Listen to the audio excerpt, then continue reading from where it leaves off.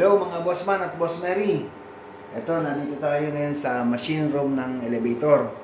Yung elevator, ang nangyari, hindi na umandar. Kasi nag-blackout kanina. Tapos, nung magka-power, wala na, nag-error na. Ito ngayon yung error niya. Error 47. So, pagkakaganyan, mga error 47, ang titignan natin dyan, yung mga leaf switch or mga safety device switch. Yun ang posibleng nag-on or nag-switch, nagdikit. Tulad dito, isang example to ng safety device switch, pero hindi dyan. So, ang duda ko, since ang kwento ng stop kanina is nag-blackout to, tapos biglang nagkakuryente. So, although kahit may UPS to, meron UPS to ang unit na to, ito. Kaya lang, syempre, iba yung biglang bugso ng kuryente. Nangyayari dito yun.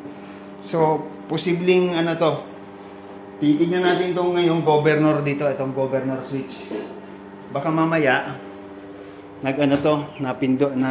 nag-activate. Pero ito pala naka-on na. So may pumindot kanina. Kaya nag-47. Sige, tignan natin. Ito, on. Ayun. Wala ng 47, nag-on, bumaba ang elevator, gumagana na. Oops. Nandun na siya ngayon sa second floor. So, okay ng elevator. May pumindot. Okay na siya. Tignan natin ngayon sa baba tayo sa second floor. Kasi sabi dito, nasa 2. Punta natin. Okay.